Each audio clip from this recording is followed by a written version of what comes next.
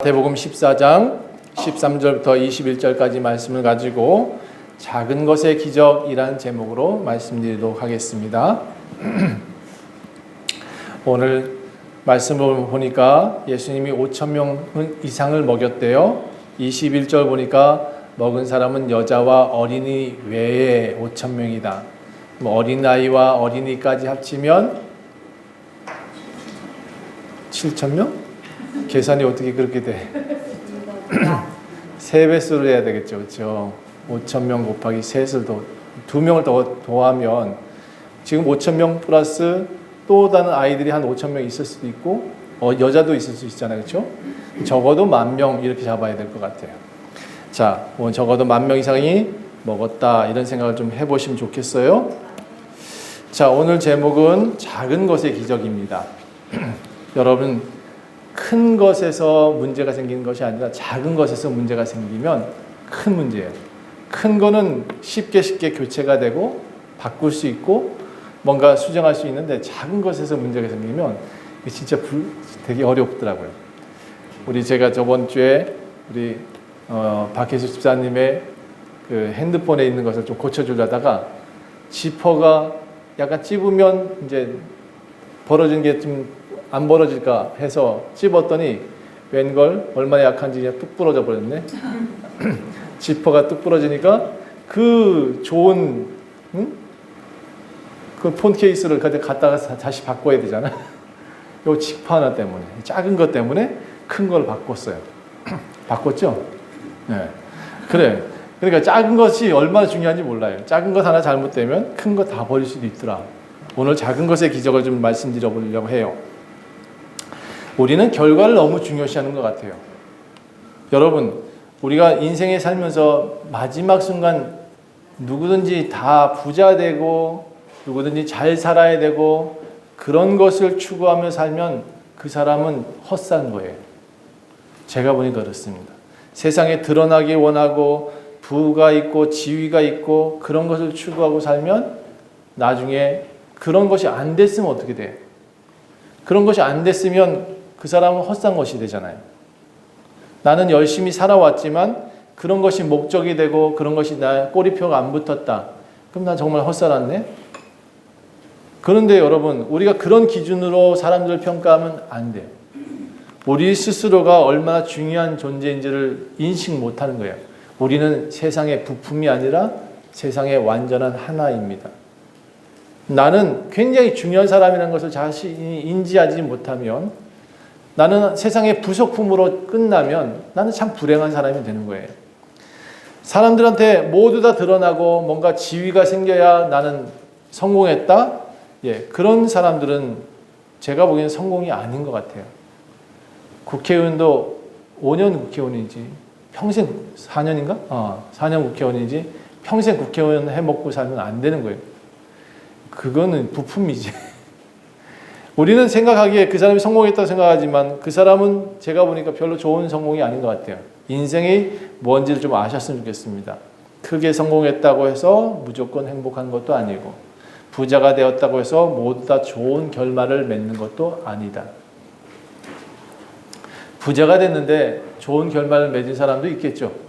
좋게 결말 맺는 사람 몇 분 못 봤었는데 다 부자가 돼서 자식들 싸우고 부자가 돼서 뭔가 큰 재산을 솔직히 저는 관 속에다가 금덩어리 넣고 가는 사람은 못 봤거든요.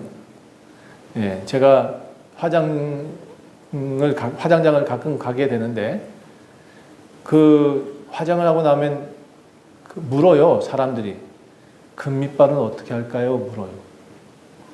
금밑발을 어떻게 해야 돼요? 달라는 사람도 있어. 집에 갖고 가.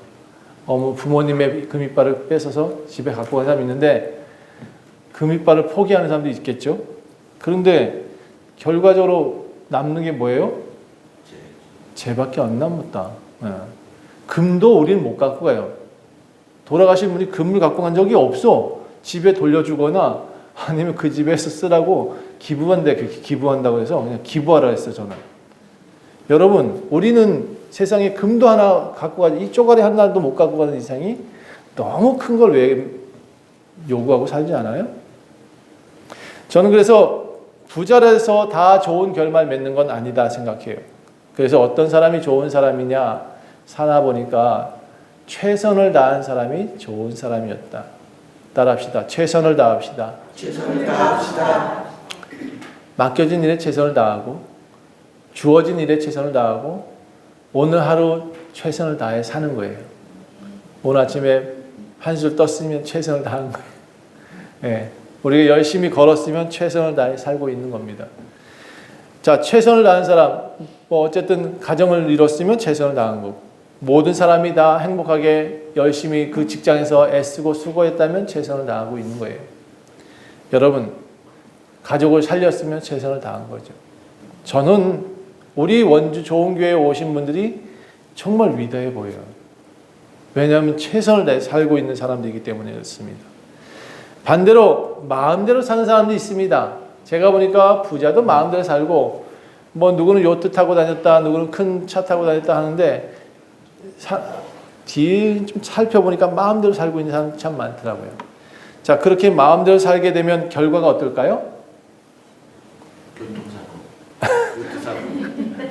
네, 마음대로 살면 복불복이에요. 복불복이에요. 마음대로 살았으니까 뭐가 나올지 모르잖아요. 그렇죠? 마음대로 살면 복불복이 돼요. 결과적으로 나쁠 수도 있고 좋을 수도 있겠죠. 그런데 최선을 다한 사람은 저는 최선이 나온다고 생각해요. 살면서 계획한 일이 되지 않았다. 뭐 내가 살고 싶어서 이렇게 살았나? 네, 실망하지 마세요. 최선이에요, 지금. 그 최선을 다해 살았다 그러면 여러분 잘 살고 있는 거예요. 어차피 부자도 관 속에선 금덩어리 하나 못 들고 가더라. 걱정하지 말아요. 자, 그러니까 매사에 실망하지 말고 사십시다. 매사에 최선을 다했으면 나는 지금 최고로 살고 있는 거예요. 그러니까 맞아요. 내일은 더 나은 삶을 살게 될 것이라는 믿음을 가지세요. 제가 아침에 한 살 젊어지는 방법이 뭐랬죠? 예수 믿는 거. 그 다음에 어린아이처럼 사는 거. 네, 그렇게 한 살 더 내려 삽시다. 나이 드신 분들은 꿈을 꾸며 사는 것. 내일의 희망을 두고 살면 최선입니다. 오늘 예수님은 세례 요한이 헤롯 왕한테 죽었다는 소식을 들었어요. 14장 1절부터 내용이에요. 그 내용을 듣고 난 다음에 예수님은 좀 마음이 안 좋으셨던 것 같아요. 어딘가 가가지고 조금 쉬고 싶으셨던 것 같아요. 13절 보니까 예수께서 들으시고 그 소식을 들으시고 세례 요한이 죽었다더라. 이 세례 요한이 누구냐 그러면 사실은 예수님의 먼 친척이에요. 그러다 보니까 이 사람이 자기한테 세례도 주셨어요. 자기보다 먼저 태어나서 들에 나가가지고 저 뒤에 오실 이가 계시다. 그가 메시아다라고 선포하면서 돌아다녔던 사람이에요. 그리고 그가 예수님께 세례 주고 얼마 되지 않아서 헤롯 왕한테 지금 잡혔다라는 소식 들었고 헤롯 왕한테 목배임을 받아서 죽었대요. 그래서 그 마음이 좀 안 좋았던 것 같아요. 13절 보니까 들으시고 배를 타고 떠나서 따로 빈들에 가셨다라고 되어 있어요. 가족이 좀 그렇게 안 좋게 죽었으니까 마음이 좋진 않았겠죠. 어쨌든 예수님도 육신에 가족이 있으니까. 그런데 많은 무리들이 그 앞에 무슨 일이 있었냐? 예수님에게 고침을 받았잖아요. 그러니까 예수님을 쫓아온 거예요. 예수님이 어디 갔대? 라는 소식이 금방 들린 거예요. 그러니까 예수님이 저 횡성에 갔대. 그랬더니 원주 사람이 다 횡성을 쫓아갔대요. 가가지고 예수님 하고 또 쫓아오니까 어떻게 해요? 예수님께서 14절 보니까 큰 무리를 보시고 불쌍히 여겼다. 왜 불쌍히 여겼냐? 그 중에는 다리 절며 온 사람도 있었고 그 중에는 몸이 아파서 온 사람도 있었고 도저히 올 수 없는 사람인데도 와가지고 예수님 보겠다고 손 내미는 사람이 있었어요. 그래서 예수님이 불쌍히 여겼다고 돼 있어요. 그래서 그 중에 있는 병자들을 고쳐주셨대요. 예수님 오셔서 사람들의 병을 고쳐주시면서 그렇게 많은 무리들이 들로 막 쏟아져 나오는 걸 보시고 예수님 저들한테 뭔가 줘야겠다 이런 마음을 주셨겠죠. 병도 고쳐주셨으니까 더 많이 몰렸겠을 거라고 생각해요. 여기 보니까 지금 오늘 5,000명 이상이 모였다고 그랬으니까 이 빈들에 얼마나 많은 사람이 모였을 거예요. 그렇죠? 어린아이까지 데리고 왔으니까 어른 여자까지 데리고 왔으니까 남자 숫자만 5천 명이라는 얘기예요. 그러니까 그 많은 무리들이 그 동네 있는 사람이 다 왔다는 얘기예요. 적어도 그때 당시에 있던 사람들은 예수님의 그 들판에 다 한번 와서 예수님의 기적을 다 봤어요. 근데 진짜 이해가 안 돼. 이런 사람이 나중에 예수님을 죽인다니까. 이런 사람들이 예수님을 손들고 막 삿대질하고 그랬어요. 좀 이해가 안 되지만 오늘 그렇답니다. 어쨌든 15절 보세요. 저녁이 되었다. 이제 밤이 되어 갑니다. 밤이 되어 가다 보니까 사람들은 배고프잖아요. 그렇죠? 제자들은 걱정이 된 거예요. 이곳이 빈들인데 때도 이미 저물었는데 어떡하지? 그래서 예수님한테 이렇게 말합니다. 저 무리들을 좀 돌려보내서 집에 가서 밥 먹고 오게 하죠. 밥 먹고 오라고 집에 돌려보냅시다 그랬어요. 근데 예수님이 뭐라고 그랬냐면 갈 것 없다. 너희가 먹을 것을 줘라 이랬어요. 제자들이 지금 뭐 가진 거 있어요? 제자들도 가진 게 없어. 지금 빈들이다 보니까 마을에 가서 사 먹을 데도 없어. 아무것도 없는데 예수님은 너희한테 지금 가서 먹여라 이렇게, 너희가 가서 먹여라 이렇게 돼 있어요. 저는 개척교회 목사였습니다. 15년 차 그렇게 되어 있습니다. 이 교회에서 무엇을 주리요? 항상 그런 생각을 가지고 살았습니다. 그런데 어느 날부터인가 그런 생각이 들었습니다. 왜 내가 못 줘? 내가 줄 수 있는 게 얼마나 많은데. 나는 노래도 가르쳐 줄 수 있고, 나는 그들한테 뭔가, 우리 교회에 오면 밥을 주거든 제가. 사람들한테 돈을 안 줘요. 저는 밥을 먹던 밥 한 번 나눠서 먹자 그렇게 줘요. 근데 밥 먹은 사람은 교회를 안 오대. 돈 준 사람도 돈 받으러 오는데 교회는 안 와요. 근데 밥 먹은 사람들은 귀찮게도 안 해. 왜냐하면 되게 부담스러운가 봐, 밥을 주니까. 근데 그 사람들은 그런 생각이 드는 것 같아요. 목사님이 밥 줬어는 기억하는 것 같아요. 제가 그래서 밥을 줘요. 제가 뭘 못 주는 사람이 아니었더라고요. 나중에 보니까 너희가 주라 이 말을 제가 좀 깨달았어요. 뭔지 좋은 교회가 또 줄 수 있어요. 예, 제가 보니까 더 많은 것을 주고 전 살았어요. 어떤 이들은 다 살리기도 하고 기업도 살리기도 하고 하여튼 저는 많은 이들을 살리고 있어요. 오늘도 제가 좀 이따 그 얘기를 좀 할 거예요. 그 중에 병자들이 많았고 그 문제를 해결할 수 있는 분은 예수님이다. 그래서 많은 사람이 찾아왔어요. 근데 예수님은 그 저녁에 배고픈 그들한테, 제자들한테 말합니다. 너희가 이제부터 줘라 이렇게 말을 해요. 갈 것 없다. 너희가 먹을 것을 줘라.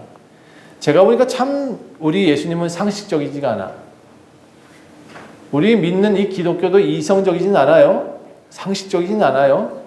이성적이지 않다. 상식적이지 않지 이성적입니다. 굉장히 우리 하나님은 우리한테 좀 비상식적인 모습으로 다가오고 계시지만 되게 이성적이세요. 저녁이 됐습니다. 식사 때가 됐으니까 그냥 돌려보내지 않고 모인 무리가 5천 명 이상이고 어린아이 여자까지 합치면 10,000명 정도 되는 숫자예요. 근데 아주 상식적인 제자 하나가 이런 얘기를 합니다. 너희가 주라 그러니까 제가요 계산을 해봤더니 이게 200데나리온이나 됩니다. 얼마냐? 한 2천만 원 이상 돈 들겠습니다. 이런 얘기를 한 거예요. 그런데 돈이 어디 있어? 돈이 있다고 치더라도 그 빈들에서 지금 누구를 먹이겠냐고 있죠. 그렇게 상식적으로 얘기를 해요. 우리가 모두 다 교회에서 그런 얘기를 해요. 우리는 우리 규모에서 뭘 할 수 있겠어? 라고 말을 해요. 또는 우리는 이 작은 몸뚱아리가 뭘 할 수 있겠어? 내가 나이 들었는데 뭘 할 수 있을까? 이렇게 얘기를 해요. 근데 예수님은 그렇게 말하지 않아요. 너로 인해서, 너를 통해서 일하시겠다고 말하고 계세요. 저녁이 되고 식사 때가 되었대요. 10,000명 이상 된 사람한테 먹을 것을 너희한테 줘라. 이 상식적인 제자가 두리번 하다가 어떤 어린아이가, 여긴 성경이 안 나오지만 다른 누가복음, 마태복음, 마가복음, 요한복음에는 이 요한복음에 어린아이가 이제 물고기 2마리를 드리고 떡을 드려요. 아이의 도시락이었어요. 아이가 먹을 도시락이니까 양도 많지 않았을 거예요. 떡 몇 조각, 그 다음에 물고기 2마리였어요. 떡이 5조각이에요. 그래서 이 조각을 받아들고 어린아이의 그 작은 것을 받아들고 제자가 이거 찾았습니다 하고 예수님께 드렸어요. 이거 찾았습니다. 그랬더니 그 어린아이 도시락을 예수님이 들고는요, 하늘 높이 들고 축사하셨다. 보리떡 5개, 물고기 2마리가 무슨 능력이 있겠어요? 그렇죠? 우리가 생각하기에는 너무 이성적이지 않은, 상식적이지 않은 그런 행동을 지금 하고 계세요. 너희가 먹이라는 그런 식으로 또 말씀도 하고 계세요. 도대체 이해가 안 되죠, 그렇죠? 그 도시락 가지고 오라고 하셨고, 예수님은 너희들 사람들 자리 좀 앉혀봐. 50명씩 앉혀봐야 되겠다. 50명씩 다 나눠서 빈들에 앉혔어요. 아마 그 시간도 아마 좀 시간이 걸렸을 것 같아. 그런데 그동안에 예수님 축사하시고 계셨고, 제자들은 그 손을 지금 보고 있는 거예요. 자, 예수님 뭐라고 기도하셨을까? 제가 굉장히 궁금해. 예수님 그 도시락 들고 뭐라고 축사하셨어요? 보통 성경에 아무리 뒤져도 예수님이 어떻게 축사했다는 내용은 없어. 그냥 축사하셨대요. 그래서 여러분, 우리가 교회 다니면 식기도를 배우잖아요. 그렇죠? 식사기도 왜 하는지 아십니까? 날마다 먹을 것을 주시는 하나님께 감사하는 거잖아요. 그렇죠? 내일 먹을 것도 주실 거라는 믿음 때문에 기도하고 있는 거예요. 예. 그러니까 여러분, 식사 시간에 기도하는 거 부끄럽게 생각하지 마시고 내일 나 먹을 걸 주시기 위해 기도한다. 이런 생각으로 하시면 좋겠어요. 자, 누가복음, 요한복음, 마가복음에 이 사건이 모두 다 기록되어 있어요. 마태복음도 기록되어 있어요. 이 사복음서라는 곳에 유일하게 이 오병이어 기적이 다 기록되어 있어요. 거기에 축사하셨다라고 기록되어 있는데 예수님이 어떻게 축사하셨다는 내용은 없지만 들었다라는 기록이 있고 높이 손을 들고 그 음식을 가지고 하나님께 뭔가를 요청하셨던 것 같아요. 주문 외운 게 아니에요. 요청하셨을 거라고 저는 생각해요. 사람들은 이 퍼포먼스를 보고 놀라운 일을 행하셨다라고 말을 하지만 예수님은 손 들어서 퍼포먼스를 보이기 위한 것도 아니었어요. 그저 하나님 도와주세요라고 요청했을 거라고 생각해요. 손이 내려왔을 때 예수님은 똑같은 보리떡 5개, 물고기 2마리였어요. 예수님이 손이 내려왔을 때도 똑같았어요. 그런데 말이죠, 놀라운 일이 생깁니다. 이 빵을 딱 쪼갰어요. 제자들한테 나눠줬어요. 물고기 2마리를 딱 던져줬어요. 전달되는데 예수님 손에 물고기 2마리가 있고 저 제자의 손에 물고기 2마리가 있고 떡 반을 나눠서 줬는데 그 반에 떡이 5개가 더 생겼어요. 예수님도 생기고 제자도 생겼어요.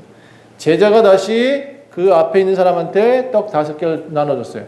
그런데 갑자기 떡 5개가 저쪽에 생겼고 제자들도 생겼어요. 물고기 2마리를 나눠줬더니 저 물고기 2마리가 받은 사람도 생기고 제자한테도 생겼어요. 무한증식을 하고 있어요, 지금.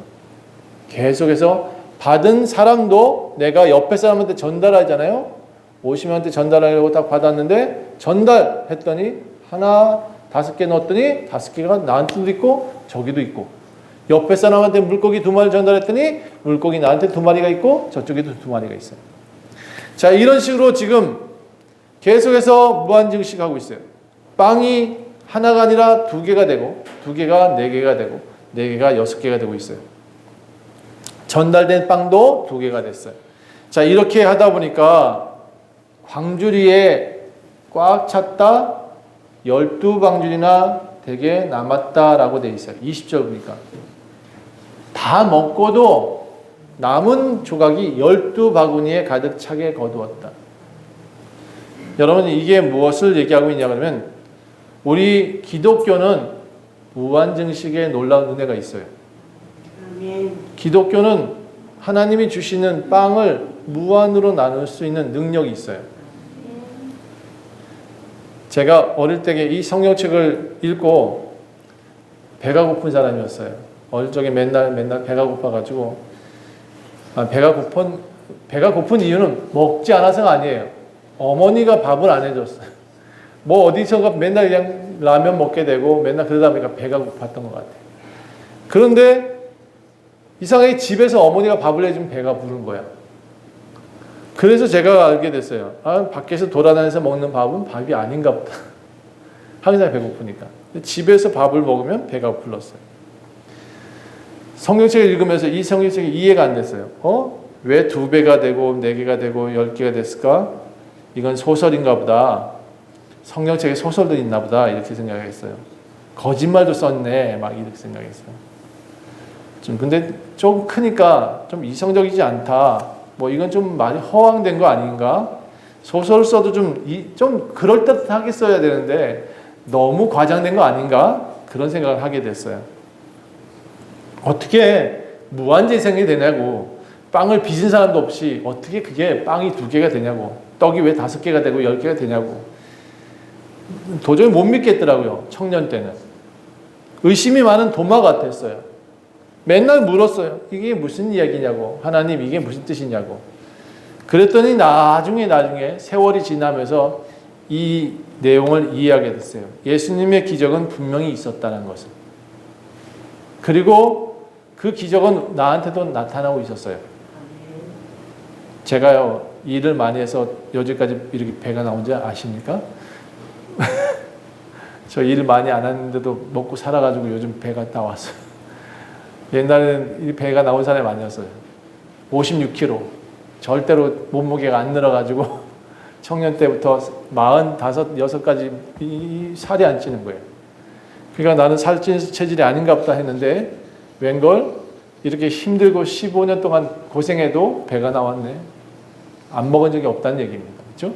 하나님은 분명히 기적을 일으켜 주셨습니다. 제가 사회복지는 잘 몰라요. 근데 오늘 이 내용은 사회복지에 대한 내용이에요. 사회복지 개념도 성경을 기반하고 있다는 사실을 제가 말씀드리고 싶은 거예요. 우리가 지금 보니까 복지관 같은 데 다니시잖아요. 복지관에서 돈을 뭐 1,000원 내잖아요. 그렇죠? 2,000원 내시는 것 같아. 많이 안 내는 걸로 알고 있는데 잘 몰라서. 2,000원 내나요? 2,000원 내. 근데 갈 때마다 밥 주지 않나요? 안 줘요? 점심만 줘요. 근데 밥 주네. 주잖아요. 그게 한 번 내는데 2,000원인데 밥값은 10,000원 이상 되잖아요. 그렇죠? 근데 왜 그렇게 줄까요? 어떻게 줄 수 있을까요? 선한 사마리아의 이야기를 아시나요? 예, 성경에 보니까 어떤 장로가 강도 맞아서 누군가가 지금 쓰러져 있는데 그 강도 맞은 사람을 어떤 장로가 지나가다가 그냥 죽게 생겼네 하고 지나가 버렸대요. 바리새인도 죽게 생겼네 하고 지나가 버렸대요. 이게 장로고 목사고 이런 사람들을 지칭하는 거예요.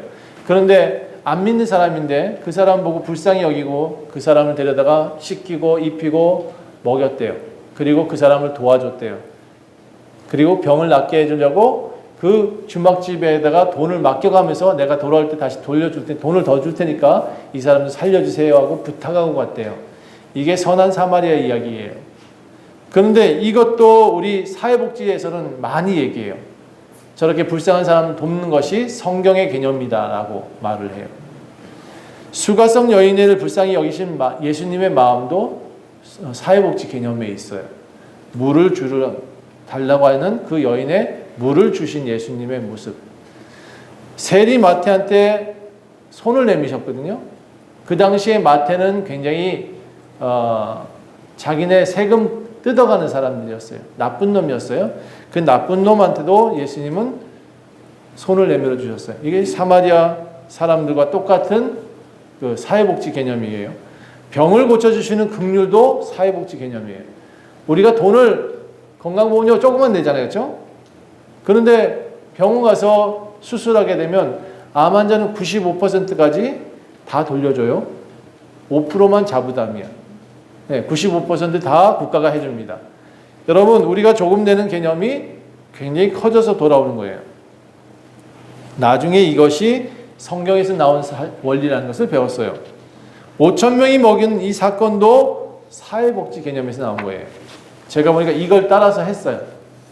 한 조각을 주니까 2쪽 되고 2쪽을 주니까 4쪽이 되더라. 예수님 빵 한 쪽 전해줬는데 전해진 사람은 온전한 빵 하나를 받게 돼요. 물고기 2마리 받았는데 4마리가 돼요. 이게 어떻게 일어날까? 현대는 일어나고 있어요. 지금 모든 사람들은 그렇게 지금 사회복지 개념으로 빵 2개를 받고 계시고 물고기 2마리를 받고 계세요. 빵 보리떡 5개를 또 매일같이 받고 계시고 우린 적게 냈지만 커져서 돌아오고 있어요. 이게 사회복지의 개념이라는 거예요. 제가 요즘 초록우산에서 하는 후원 내용을 좀 유심히 살펴봤더니 10,000원을 후원하라고 요청을 해요. 10,000원을 후원하게 되면 지자체와 기업이 50,000원을 모아가지고 그 10,000원과 합쳐서 돈을 준대요. 누구한테 주냐? 취약계층 아동 중에 보호 종료 시점, 그러니까 내가 취약계층 아이들, 그러니까 예를 들어서 부모가 키우지 못하고 아이를 키운다, 할머니가 키운다, 그럼 돈을 주거든요. 그런 개념이에요. 그런 아이들을 보호해서 나중에 그 아이가 18세가 돼서 사회에 나갈 때쯤 되면 이 아이들의 통장에 그렇게 돈을 모아서 1,296만 원을 만들어준대요. 그 아이가 18살 될 때 보호 종료가 돼서 나갈 때 1,296만 원을 만들어주는 통장이래요. 여러분한테는 1만 원만 걷는다고 했어요.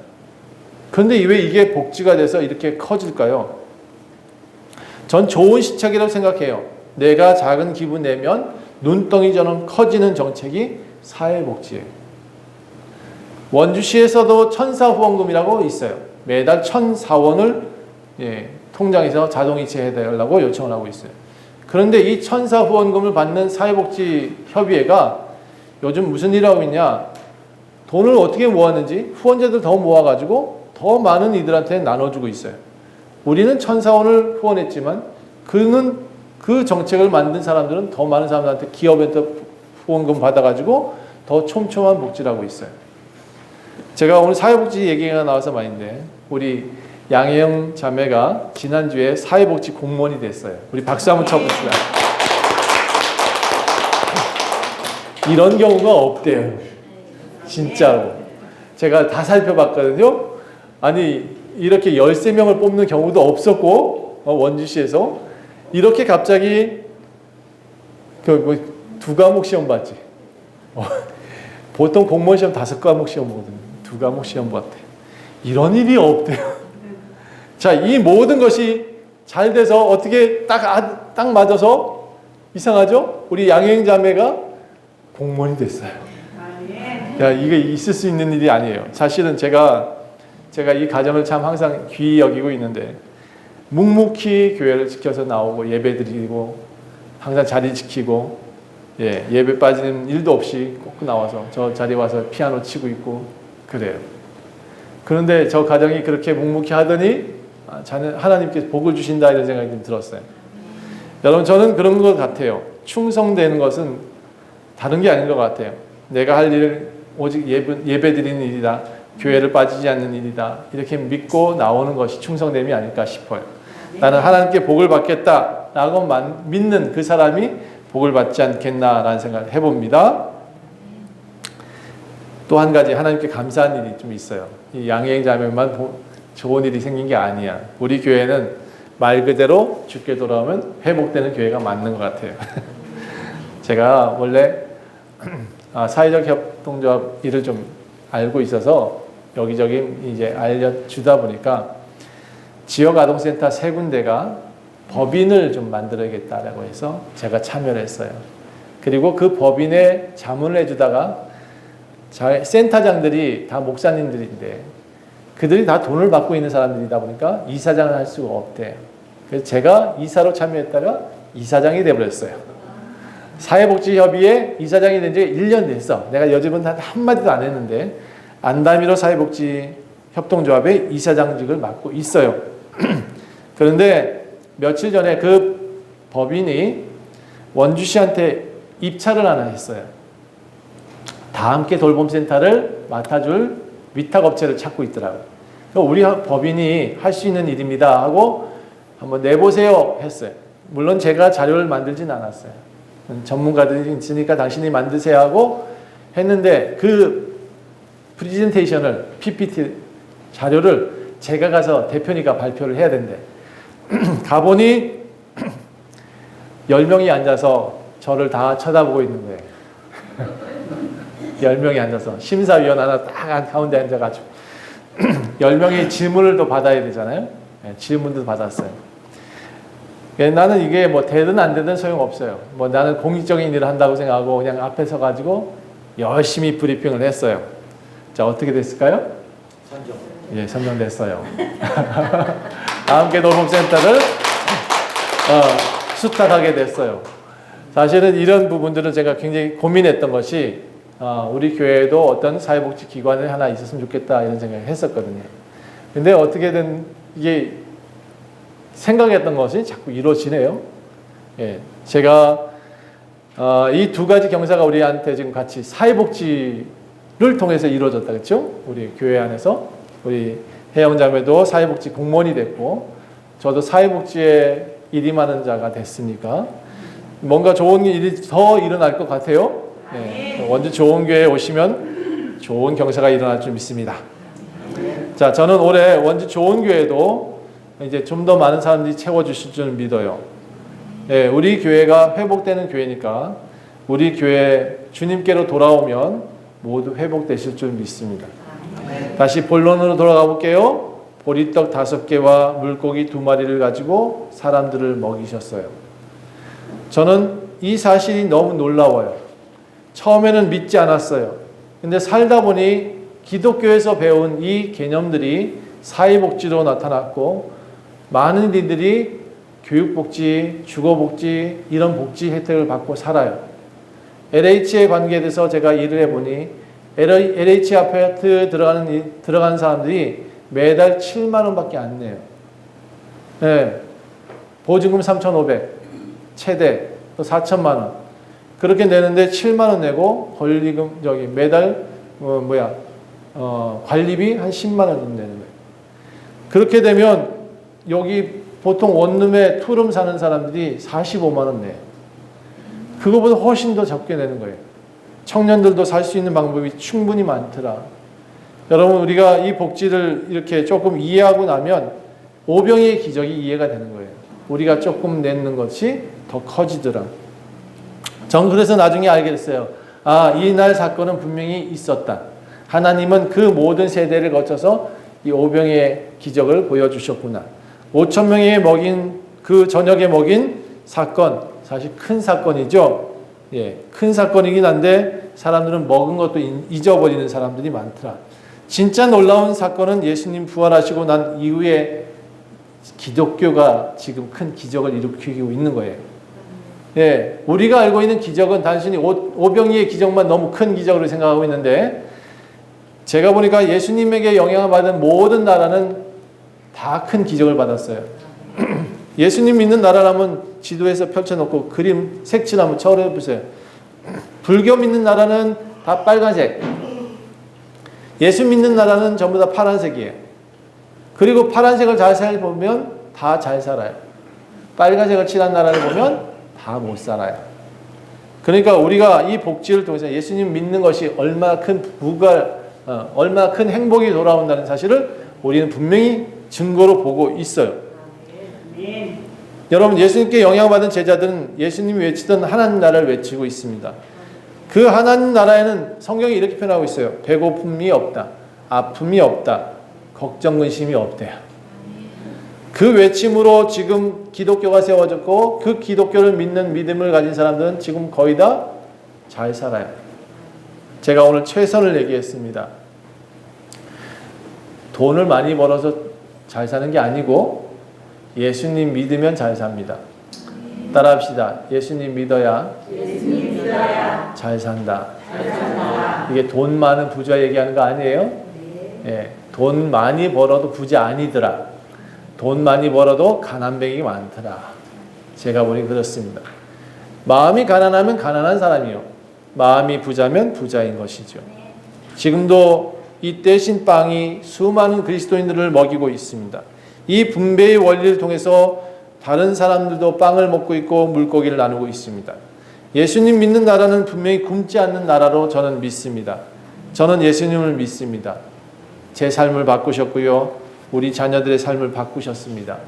저는 그래서 예수님한테 이 더더욱 나아가서 예수님 내게 빵을 주십시오라고 기도합니다. 여러분의 삶도 예수님이 바꿔주실 줄 믿습니다. 네, 지금 힘들고 어려운 이들이 계십니까? 예수님께 나오셨으면 잘한 거예요. 네, 그러면 이제 바뀌는 거예요. 여러분에게도 분명히 빵과 물고기를 주실 줄 믿습니다. 여기 보니까 20절 보세요. 배가 불러서 더 이상 먹지 못할 정도로 배가 불렀다 그러고 있어요. 배가 불러서 그 조각을 남겨야 됐어요. 그래서 남은 광주리가 12바구니에 넘친다라고 되어 있어요. 예수님 믿는 사람들은 이와 같이 넉넉해질 줄 믿습니다. 예수님이 여러분한테 빵과 물고기를 넉넉히 주실 줄 믿습니다. 어린아이와 여자 외에 5,000명이었다. 남자들 숫자만 5,000명이었다는 얘기입니다. 그럼 그날 10,000명이 먹었다는 얘기입니다. 여자와 어린이를 포함한 적어도 10,000명에서 15,000명이 먹었다는 얘기입니다. 애 둘이었으면 어떻게 될까? 4인 가족이면 20,000명이 먹었다는 얘기입니다. 네. 여러분 지금 20,000명이 먹었다는 것에 놀랄 숫자가 아니라 우리 기독교를 믿는 이 믿음이 얼마나 크다? 제가 말씀드렸죠. 사회복지 개념으로 엄청나게 커져서 지금 모든 이들한테 빵과 물고기를 나눠주고 계십니다. 원주 좋은교회도 이런 교회가 되리라 믿습니다. 여러분 가정도 이런 교회, 이런 모습으로 번창할 줄 믿습니다. 오병이의 기적이 이 지역에 있는 사람들을 살릴 수 있습니다. 모두가 주님께 내밀면, 손을 내밀면 그들도 풍성한 삶을 살 줄 믿습니다. 여러분 그들을 가난뱅이로 만들지 마시고 교회로 이끌어 주십시오. 믿음을 가지고 있다면 주님께 내어드리십시오. 이 작은 것 내어드리는 것이 결코 작지 않다는 것을 아셔야 됩니다. 어린아이가 물고기 보리떡 5개, 물고기 2마리 드린 것이 작은 것이 아니었다는 것을 여러분 우리는 알 수 있습니다. 그래서 여러분도 이 작은 헌금이 무엇이 소용이 있으리요? 아닙니다. 여러분이 내는 이 작은 헌금이 우리 이 원주 지역을 바꿔놓을 수 있습니다. 지금도 여러분에게 항상 손을 내밀어 너희가 가져온 이 작은 예물을 하나님께서 손을 높이 드시고 축사하고 계십니다. 기도하겠습니다. 하나님 감사합니다. 우리는 작은 것을 내어드렸는데 하나님은 크게 사용하십니다. 우리의 삶이 보잘것없다고 생각했는데 우리의 삶이 최선을 다해 살았더니 가장 좋은 결과로 나타내어 주십니다. 우리는 항상 부자인 줄 믿습니다. 우리는 항상 넉넉한 줄 믿습니다. 예수님 믿는 자들이기 때문에 주님이 더욱더 큰 것으로 갚아주시는 줄 믿습니다. 여기 모여있는 이들이 주님 항상 배부르게 도와주시옵소서. 하나님 여기 모여있는 이들이 집에 광주리에 12광주리가 될 수 있도록 도와주시옵소서. 우리가 작은 것 드려도 주님이 축사하시면 큰 것 되는 줄 믿습니다. 함께 모여있는 모든 이들이 주님 이 마음으로 살아갈 수 있게 도와주옵소서. 감사드리며 예수 그리스도 이름으로 간절히 기도합니다.